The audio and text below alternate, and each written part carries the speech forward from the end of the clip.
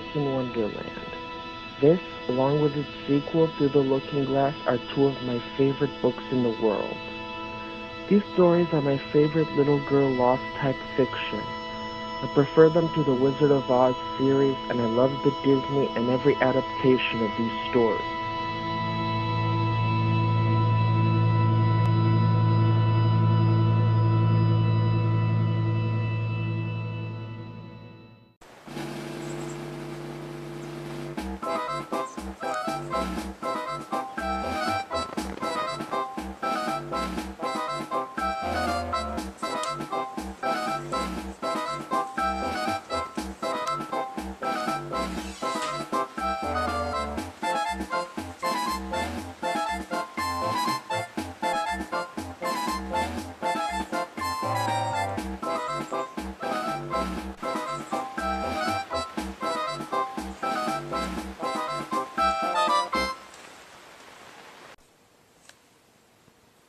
Hello, welcome to Book and Film Compare.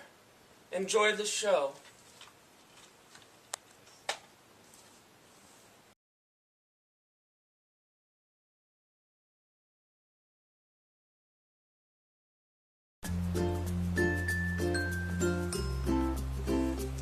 Hi, welcome to another review of Book and Film Compare. Today we're reviewing Alice in Wonderland, the animated Disney film, and the original book. As you know, the Disney film combined both Through the Looking Glass and the original Alice in Wonderland together, so we'll be comparing all three of them. So, how does the book begin? How does the movie begin? The book begins with a description of Alice's family and her family life. They talk about how she gets along with her family, her father, her mother, how she gets along with her cat, Dinah, how she gets along with her sister, how she does stuff around her home, and also, how she's very active, very playful, how she's not really the lady of the time. She's very independent. She doesn't like books without pictures. She longs to play outside. She longs to get dirty. Which I mean, get mud on herself. Get her shirts. Get dirt on her shirts. In the simple way, if you know what I mean. And that she longs to have freedom. It then goes to her sitting on a tree next to her sister who's reading a book, where she just decides to make a wreath, a little hat of flowers for herself. When she suddenly sees a white rabbit bouncing up and down, and the rabbit is wearing a waistcoat. The rabbit pulls a watch out of his pocket and looks at it, and then follows it, and then follows his path to a rabbit hole, and Alice decides it's curious and follows him. She thinks it's very curious and decides to follow him, since the hole is big enough for a human, or at least a human her size, as she's a child here.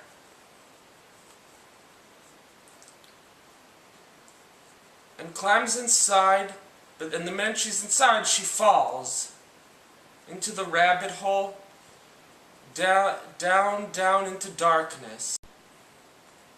Hold on, I need to get a sip of tea.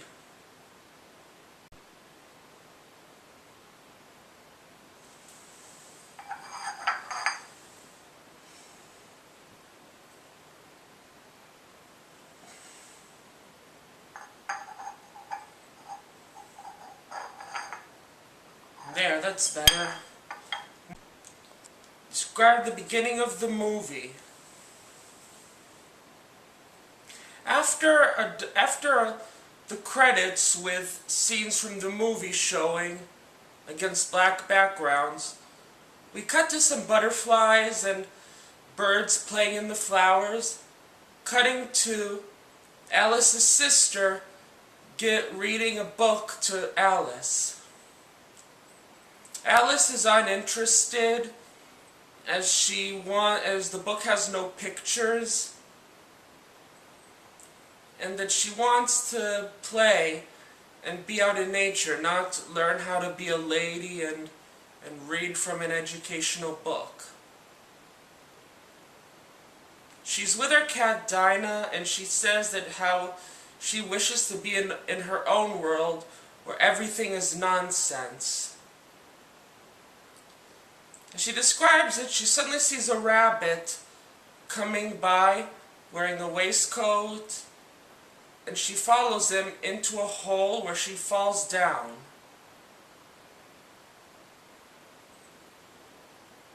And leaves her cat behind.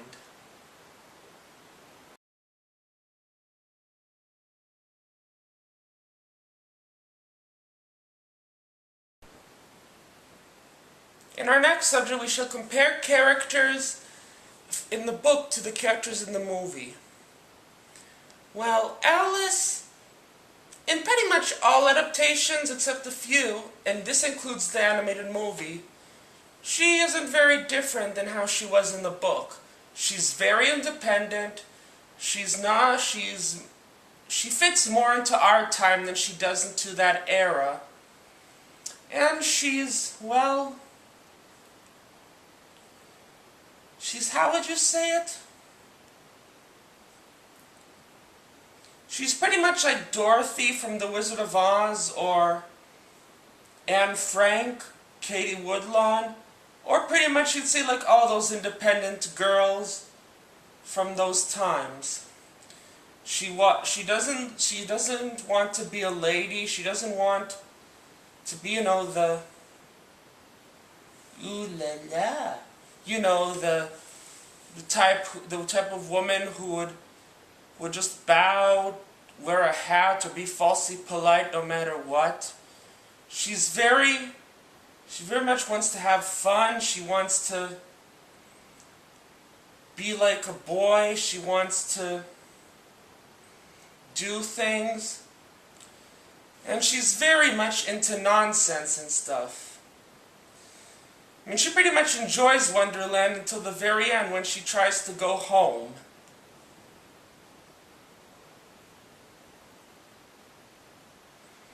Even though in the book she has a lot more involvement in Wonderland than she does in the movies and in the other stuff.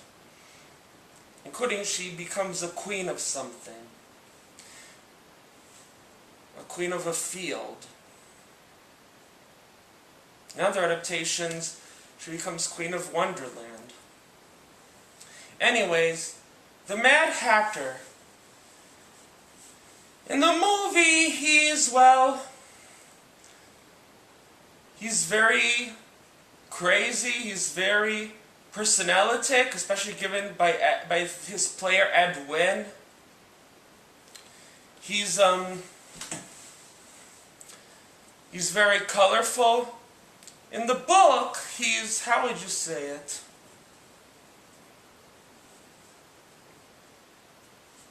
He's very much top-stricken.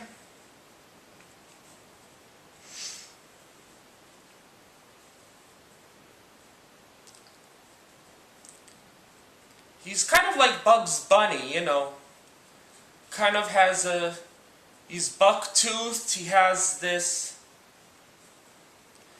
personality, and the March Hare is very... The March Hare has more personality in the book than he does in the film. I mean, more personality than the Mad Hatter. And he even is more active. The Queen of Hearts, or the Red Queen, They're two separate characters, even though they were combined together in the movie. The Red Queen is more of the off with her head. She's in through the looking glass. The Queen of Hearts was more, who stole my tarts, and is less egocentric.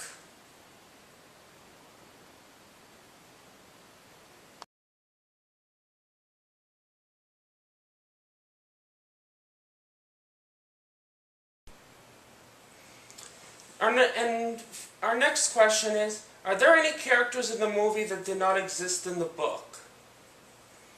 Well, yeah. Even though most characters in the movie are characters from the book, there are a few that didn't in the movie that were not in the book.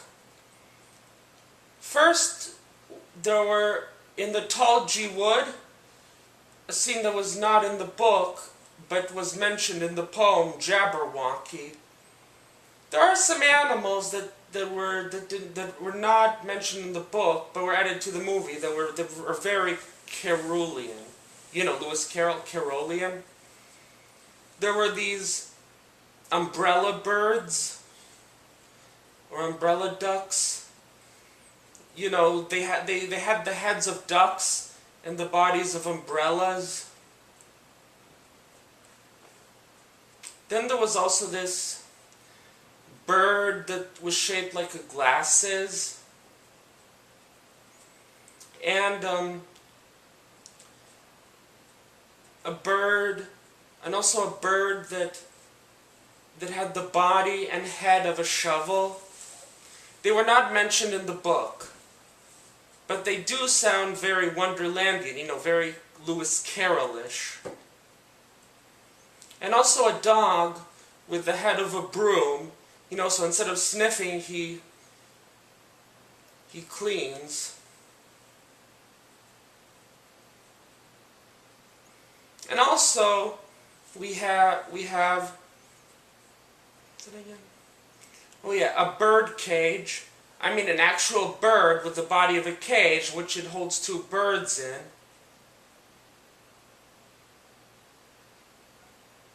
A funny scene was when Ellis bumped into it, the cage opened and the bird had to run and eat the two birds in it to get it trapped in the cage again.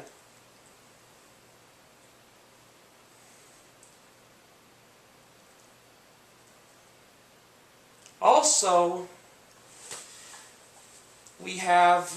there was also the mother oyster from The Walrus and the Carpenter. The Walrus and the Carpenter was actually in Through the Looking Glass. That's where Tweedledee and Tweedledum were introduced, but they added it into the movie. In the actual Walrus and the Carpenter book, there were oysters, but there was no mention of a mother. The mother oyster was added into the movie. And they added her, like, you know, she warned the oysters not to go with the Walrus and the Carpenter, but the Walrus closed her clam and shut her up, and got the other oysters to follow them. And then, as for other characters, let's see. Oh yeah.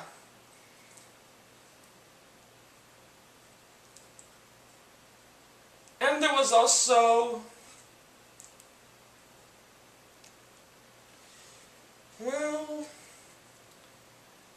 there were some other characters that didn't make it, that weren't in the book, that made it into the film, but there's very few, but there were some others. Yeah.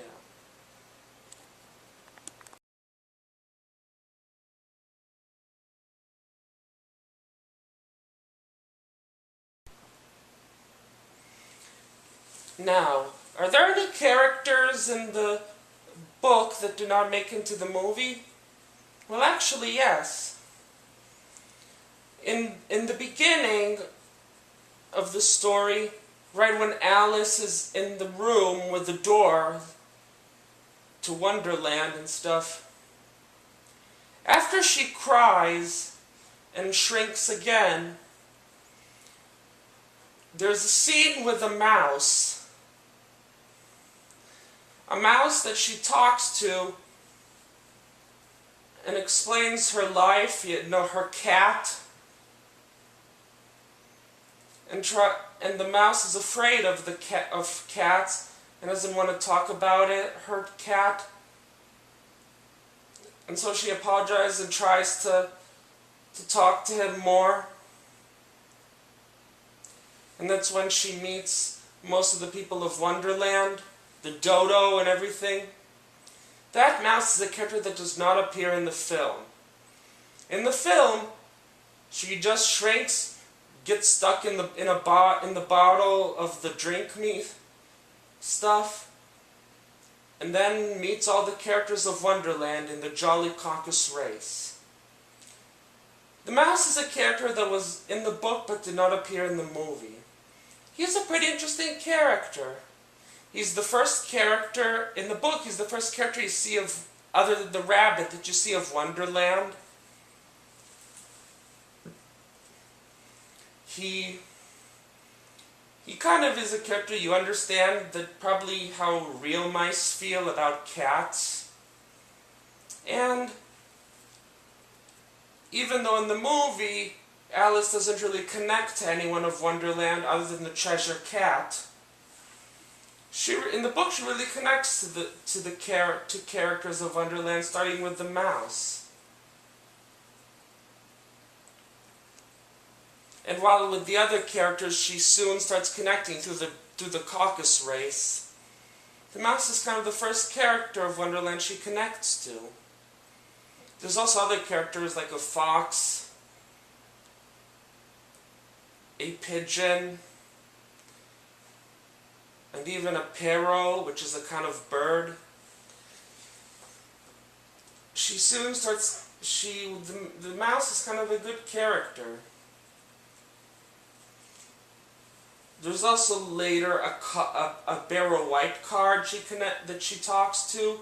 Sure, she talks to cards in the movie also, but this one is kind of even though he's a card and works for the Queen, she really connects to him. Or her, whatever the card is. These characters do not appear in the movie, but in the book they're interesting characters.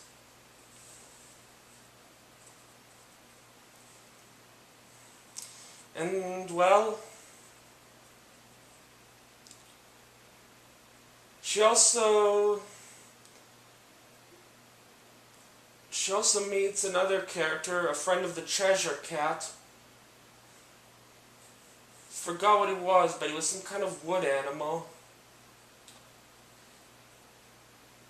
And she really makes friends with all of them. It's interesting.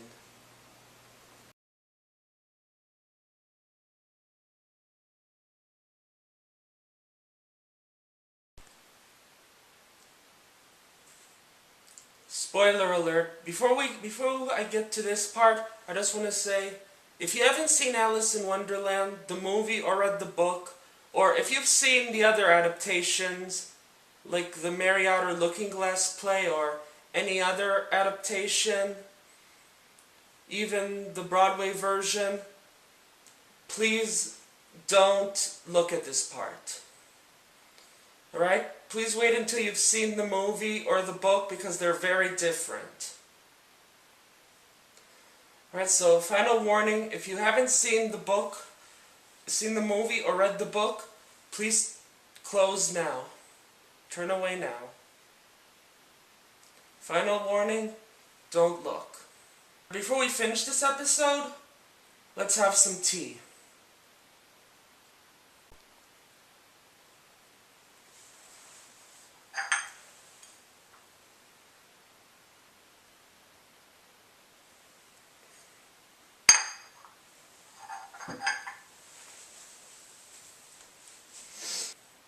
Now, how is the ending of the book different from the ending of the movie?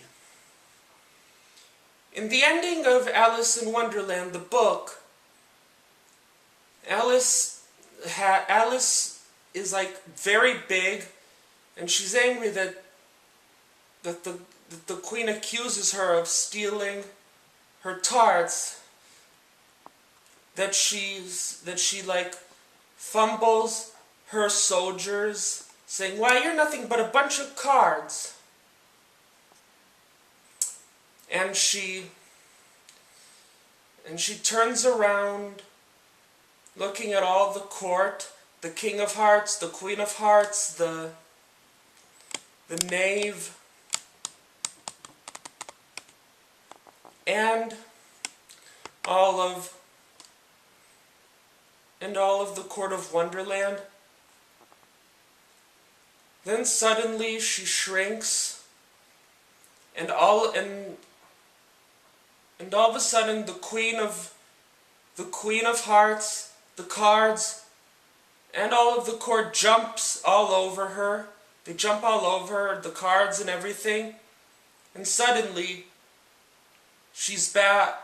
They just jump all over, and suddenly she's back on the porch of the tree with her sister, who has finished reading a book and tells her it's time for tea. Surprised, Alice tells her sister all about her adventure in Wonderland, and her sister seems satisfied and dreams of her adventures when she was a little kid. As Alice walks towards home for a bath and to get ready for tea and dinner, her sister dreams of how she was a kid and how she wanted adventure, and thinks of how silly it is that Alice had a dream, which she thinks it was, and how she always wanted adventures in the unknown. And there the book ends. The movie, Alice was accused by the queen of hitting her on the head with a mallet, which was actually the March hare. So Alice eats pieces of the mushroom that the caterpillar gave her, both the side that makes her grow big and the side that makes her grow small. And she grows very huge. And she starts disassembling the court, all of Wonderland, saying to the soldiers of the queen, "Why, you're nothing but a bunch of cards." And she soon starts to disassemble all the court, like tossing everything aside.